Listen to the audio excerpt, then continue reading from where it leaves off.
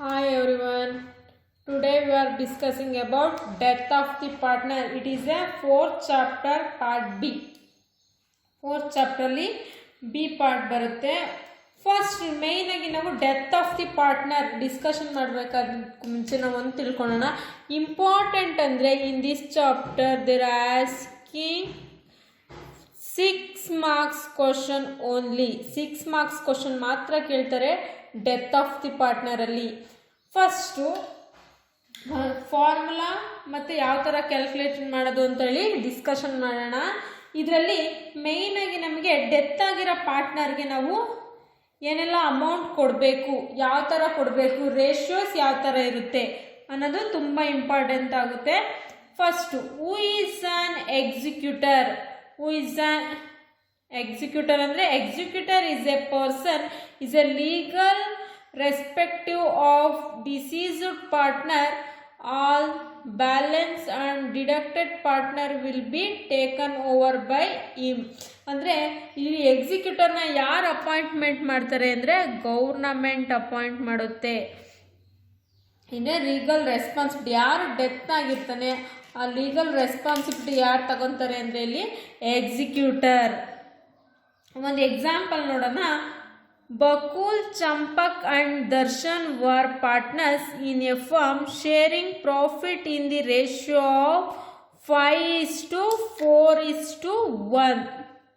5:4:1 Bakulu, Champaku, Darshandu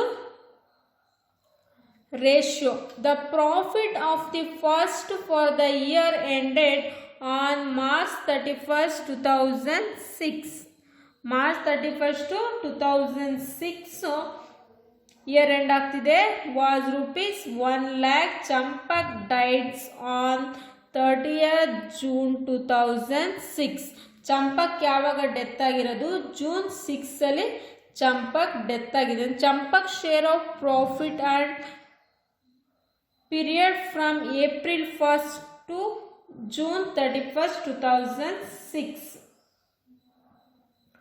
2006 period of ಪ್ರಾಫಿಟ್ನ calculation ಮಾಡೋಕ್ಕೆ ಹೇಳಿದ್ದಾರೆ. ಯಾವ ಥರ ಕ್ಯಾಲ್ಕುಲೇಷನ್ ಮಾಡೋದಂತ ನೋಡೋಣ. First preceding year profit formula ಏನು? Preceding year profit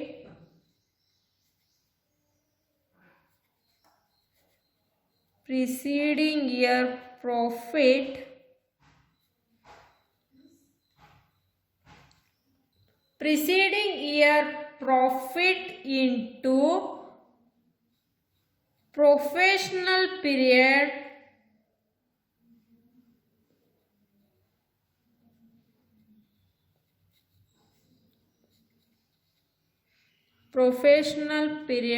into share of deceased partner.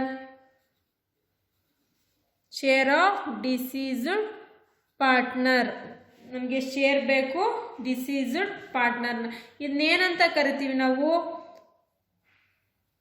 Accrued profit ಅಂತ ಕರಿತೀವಿ. ಅಕ್ರೂಡ್ ಪ್ರಾಫಿಟ್ ಫಾರ್ಮುಲಾ ಏನು? Preceding year profit. Preceding year profit in this problem 1 lakh. Professional period ಮಾರ್ಚಿಗೆ end ಆಗಿದೆ. ಅವನು ಜೂನ್ಗೆ death ಆಗಿದ್ದಾನೆ.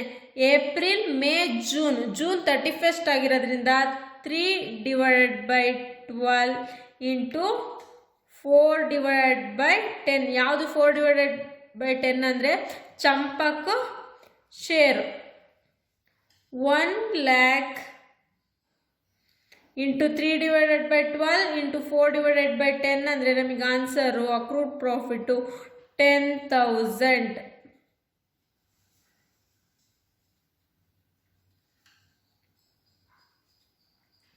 ನಮಗೆ 10,000 ಅಕ್ರೂಡ್ ಪ್ರಾಫಿಟ್ ಬರುತ್ತೆ. ಇವಾಗ ಡಿಸೀಸ್ಡ್ ಪಾರ್ಟ್ನರಲ್ಲಿ ನಮಗೆ ಯಾವ ಥರ ಅಕ್ರೂಡ್ ಪ್ರಾಫಿಟ್ನ ಕಂಡುಹಿಡ್ಕೊಳ್ಳೋದಂತ ಹೇಳಿ ಗೊತ್ತಾಯಿತು. ನೆಕ್ಸ್ಟ್ 6 ಮಾರ್ಕ್ಸಿಗೆ ಯಾವ ಥರ ಪ್ರಾಬ್ಲಮ್ಸ್ ಕೇಳ್ತಾರೆ ಅಂತ ಹೇಳಿ ನೋಡ್ತಾ ಹೋಗೋಣ. ಓನ್ಲಿ ಫಾರ್ ಇದು 6 ಮಾರ್ಕ್ಸಿಗೆ ಮಾತ್ರ ಈ ಪ್ರಾಬ್ಲಮ್. ನೋಡ್ಕೊಳ್ಳಿ, ಸೇಮ್ 12 ಮಾರ್ಕ್ಸ್ ಪ್ರಾಬ್ಲಮ್ ಥರನೇ ಕೊಟ್ಟಿದ್ದಾರೆ, ಬಟ್ 12 ಮಾರ್ಕ್ಸ್ ಪ್ರಾಬ್ಲಮ್ ಅಲ್ಲ, 6 ಮಾರ್ಕ್ಸ್ ಪ್ರಾಬ್ಲಮ್, 6 ಮಾರ್ಕ್ಸ್ ಕ್ವಶನ್ಸ್. ಇದರಲ್ಲಿ ಈ ಚಾಪ್ಟರ್ಲಿ ಓನ್ಲಿ 6 ಮಾರ್ಕ್ಸಿಗೆ ಮಾತ್ರ ಕೇಳೋದು. Ramesh, Prakash and Suresh were partners in the firm, sharing profit and loss in the ratio of 5:3:2. It means it is an old ratio. 31st March 2017 their balance sheet was as under. 30th ನಮಗೆ balance sheet ಕೊಟ್ಟಿದ್ದಾರೆ. ಅದರಲ್ಲಿ ನಾವೇನು calculate ಮಾಡಬೇಕು, Ramesh capital ಅಕೌಂಟ್ನ prepare ಮಾಡಬೇಕು. Ramesh capital account prepare ಮಾಡಬೇಕು. ಯಾವ ಥರ ಅಂತ ನೋಡೋಣ. ಏನೇನು ಕೊಟ್ಟಿದ್ದಾರೆ, ಕ್ರೆಡಿಟರ್ಸ್ ಕೊಟ್ಟಿದ್ದಾರೆ, ರಿಸರ್ವ್ ಫಂಡ್ ಕೊಟ್ಟಿದ್ದಾರೆ, ಕ್ಯಾಪಿಟಲ್ಸ್. ಮೇಯ್ನಾಗಿ ಬೇಕಾಗಿರೋದು ಯಾರಲ್ಲಿ ಡೆತ್ ಆಗಿರೋದು, ರಮೇಶ್ ಡೆತ್ ಆಗಿರೋದು ಕ್ಯಾಪಿಟಲ್ ಬೇಕು ನಮಗೆ. ಕ್ಯಾಶ್ ಕೊಟ್ಟಿದ್ದಾರೆ, ಡೆಟಾರ್ಸ್ ಕೊಟ್ಟಿದ್ದಾರೆ, ಪೇಟೆಂಟ್ಸ್ ಕೊಟ್ಟಿದ್ದಾರೆ, ಸ್ಟಾಕ್ ಕೊಟ್ಟಿದ್ದಾರೆ, ಮತ್ತು ಮಿಷನರಿ ಕೊಟ್ಟಿದ್ದಾರೆ. ನೋಡೋಣ ಏನೇನು ಅಡ್ಜಸ್ಟ್ಮೆಂಟ್ ಕೊಟ್ಟಿದ್ದಾರೆ ಅಂತ.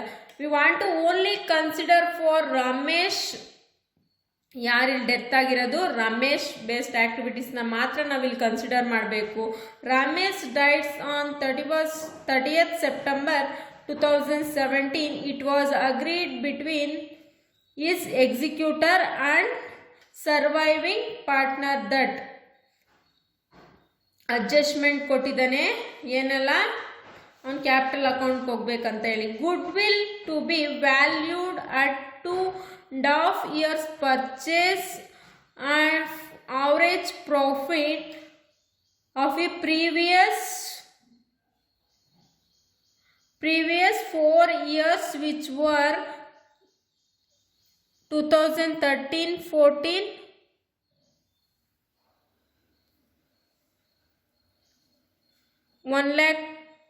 12,000, 14-15, 20,000, 15-16, 13,000, 16-17, 15,000.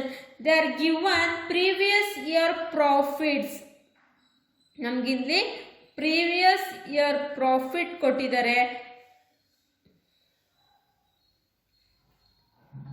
ನೆಕ್ಸ್ಟ್ ಏನು ಕೊಟ್ಟಿದ್ದಾರೆ, share in the profit from date of last balance sheet till to date of death. ಇಲ್ಲಿ ಯಾವಾಗ ಡೆತ್ ಆಗಿರೋದು, ಸೆಪ್ಟೆಂಬರಿಗೆ ಡೆತ್ ಆಗಿರೋದು. ಬ್ಯಾಲೆನ್ಸ್ ಶೀಟ್ ಯಾವಾಗ, 31/3/2017. 31/3/2017 ಬ್ಯಾಲೆನ್ಸ್ ಶೀಟ್ ಆಗಿರೋದು. ಅವನು ಡೆತ್ ಆಗಿರೋ ಡೇಟಿಗೆ ನಾವೆಲ್ಲ ಅವನಿಗೆ ಕೊಡಬೇಕು.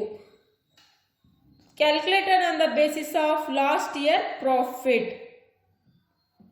ಯಾವ ಬೇಸಿಸ್ ಮೇಲೆ ಕ್ಯಾಲ್ಕುಲೇಟ್ ಮಾಡ್ತೀವಿ, ಲಾಸ್ಟ್ ಇಯರ್ ಪ್ರಾಫಿಟ್ ಬೇಸಿಸ್ ಮೇಲೆ ನಾವು ಕ್ಯಾಲ್ಕುಲೇಷನ್ನ ಮಾಡ್ತಾ ಹೋಗ್ತೀವಿ. ಇಲ್ಲಿ ನೋಡಿ, interest on capital to be allowed at 12%. ಮೇಯ್ನಾಗಿ ನಾವು ಏನೆಲ್ಲ ಅಮೌಂಟ್ನ ಡೆತ್ ಆಗಿರೋ ಪಾರ್ಟ್ನರ್ಗೆ ಇಲ್ಲಿ ಕೊಡ್ತಾ ಹೋಗ್ತೀವಿ ಅದನ್ನೆಲ್ಲ ನಾವೇನಂತ ಕನ್ಸಿಡರ್ ಮಾಡ್ತೀವಿ, ಕ್ರೆಡಿಟ್ ಸೈಡ್ ಕನ್ಸಿಡರ್ ಮಾಡ್ತೀವಿ. ಡೆತ್ ಆಗಿರೋ ಪಾರ್ಟ್ನರು ಕಂಪನಿಗೆ ಏನು ಕೊಡಬೇಕಾಗಿರುತ್ತೋ ಅದನ್ನೆಲ್ಲ ನಾವಿಲ್ಲಿ ಡೆಬಿಟ್ ಸೈಡ್ ಕನ್ಸಿಡರೇಷನ್ ಮಾಡ್ತಾ ಹೋಗ್ತೀವಿ. Share in revaluation account balance is share. ಅವ್ರು ಕೊಟ್ಟಿದ್ದಾರೆ ನೋಡಿ, is share of revaluation account ಕೊಟ್ಟಿದ್ದಾರೆ. ಇಟ್ ಮೀನ್ಸ್ ಕ್ರೆಡಿಟ್ ಬ್ಯಾಲೆನ್ಸ್ ಕೊಟ್ಟಿದ್ದಾರೆ. 5,000 ಕ್ರೆಡಿಟ್ ಆಗಿದೆ ಅಂತ ಹೇಳಿ ಡೈರೆಕ್ಟ್ ಆಗಿ ಹೇಳ್ತಿದ್ದಾರೆ. They are asking for preparing Ramesh capital account. Ramesh capital ಅಕೌಂಟ್ನ ಪ್ರಿಪೇರ್ ಮಾಡಕ್ಕೆ ಹೇಳಿದ್ದಾರೆ. ಎಲ್ಲ ಇನ್ಫಾರ್ಮೇಷನ್ ನೋಡ್ಕೊಂಡ್ರೆ ಅಲ್ವಾ. ಇವಾಗ ಆನ್ಸರ್ ಸಾಲ್ವ್ ಮಾಡೋಣ. ಫಾರ್ಮೆಟ್ ಬಂದ್ಬಿಟ್ಟು ಇದಕ್ಕೆ date particulars LF amount, date particulars LF amount. ಯಾವ ಅಕೌಂಟ್ ಪ್ರಿಪೇರ್ ಮಾಡ್ತಿರೋದಿಲ್ಲಿ, ರಮೇಶ್ ಕ್ಯಾಪಿಟಲ್ ಅಕೌಂಟ್.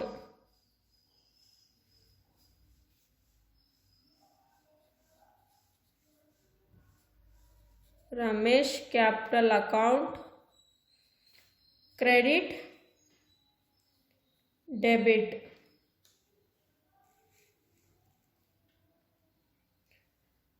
ಮೇಯ್ನಾಗಿ ಫಸ್ಟ್ ನಾನು ಆವಾಗಲೇ ಡಿಸ್ಕಷನ್ ಮಾಡಿದೆ, ರಮೇಶಿಗೆ ನಾವೇನೆಲ್ಲ ಕೊಡಬೇಕು ಅದನ್ನು ನಾವಿಲ್ಲಿ ಕ್ರೆಡಿಟ್ ಸೈಡ್ ಕನ್ಸಿಡರ್ ಮಾಡ್ತಾ ಹೋಗ್ತೀವಿ.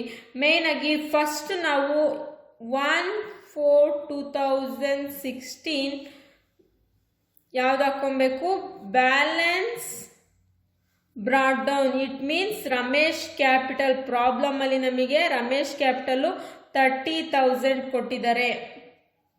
ಇನ್ನೆಲ್ಲ ನಮಗೆ ಬ್ಯಾಲೆನ್ಸ್ ಶೀಟಲ್ಲಿ ಕೊಟ್ಟಿರೋದು ಏನೇನು ಕನ್ಸಿಡರ್ ಮಾಡ್ತೀವಿ ಅಂದರೆ, ರಿಸರ್ವ್ ಫಂಡ್ ಕನ್ಸಿಡರ್ ಮಾಡ್ತೀವಿ, ಗುಡ್ ವಿಲ್ ಕನ್ಸಿಡರ್ ಮಾಡ್ತೀವಿ, ಅಕ್ರೂಡ್ ಪ್ರಾಫಿಟ್ ಕನ್ಸಿಡರ್ ಮಾಡ್ತೀವಿ, capital interest on capital consider ಮಾಡ್ತೀವಿ, ಮತ್ತು ರಿವ್ಯಾಲ್ಯೂಯೇಷನ್ ಪ್ರಾಫಿಟ್ನ ಕನ್ಸಿಡರ್ ಮಾಡ್ತೀವಿ. ಅಡ್ಜಸ್ಟ್ಮೆಂಟಲ್ಲಿ ಏನೆಲ್ಲ ಅಮೌಂಟ್ ಕೊಟ್ಟಿದ್ದಾರೆ ಅದನ್ನು ನಾವು ಕನ್ಸಿಡರ್ ಮಾಡ್ತಾ ಹೋಗ್ತೀವಿ. ಯಾವಾಗ ಡೆತ್ ಆಗಿರೋದು, 30th September 2017. ಫಸ್ಟ್ ನಾವು ರಿಸರ್ವ್ ಫಂಡ್ನ ಕೊಡೋಣ. ರಿಸರ್ವ್ ಫಂಡ್ ಪ್ರಾಬ್ಲಮಲ್ಲಿ ಎಷ್ಟು ಕೊಟ್ಟಿದ್ದಾರೆ, 6,000. ಓನ್ಲಿ ನಮಗೆ ರಮೇಶ್ ಪಾರ್ಟ್ ಆಫ್ ಶೇರ್ ಬೇಕು. ರಮೇಶ್ ಎಷ್ಟಿದೆ, 5/10.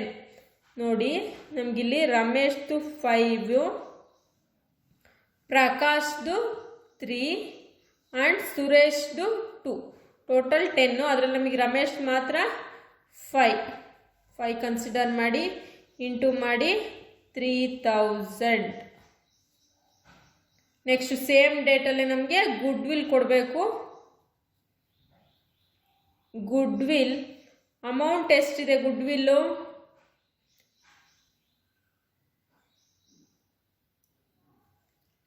ಗುಡ್ ವಿಲ್ಗೆ ಅಡ್ಜಸ್ಟ್ಮೆಂಟ್ ಕೊಟ್ಟಿದ್ದೆ. Goodwill to be valued at 2.5 years purchase of average profit. ನಾವಿಲ್ಲಿ ಗುಡ್ ವಿಲ್ನ ಕ್ಯಾಲ್ಕುಲೇಷನ್ ಮಾಡ್ತಾ ಹೋಗ್ಬೇಕಾಗುತ್ತೆ. ಯಾವ ಥರ ಅಂದರೆ, calculation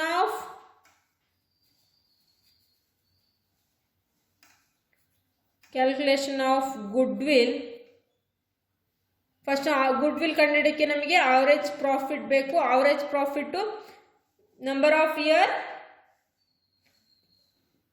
previous year profit divided by number of year. Previous year profits ಎಷ್ಟಿದೆ, 12,000 ಪ್ಲಸ್ 20,000 ಪ್ಲಸ್ 13,000 ಪ್ಲಸ್ 15,000. ಎಷ್ಟು ಇಯರ್ಸ್ ಕೊಟ್ಟಿದ್ದಾರೆ profit, divided by 4. AP is equal to 15,000. Goodwill ಯಾವ ಥರ ಕ್ಯಾಲ್ಕುಲೇಟ್ ಮಾಡೋದು ನೋಡ್ಕೊಳ್ಳಿ. Goodwill is equal to 15,000 into 2.5 ಕೇಳಿದರೆ 2.5 year purchase ಅಂತ ಕೇಳಿದ್ದಾರೆ. Goodwill is equal to 37,500. Accrued profit ಯಾವ ಥರ ಕಂಡು, average profit into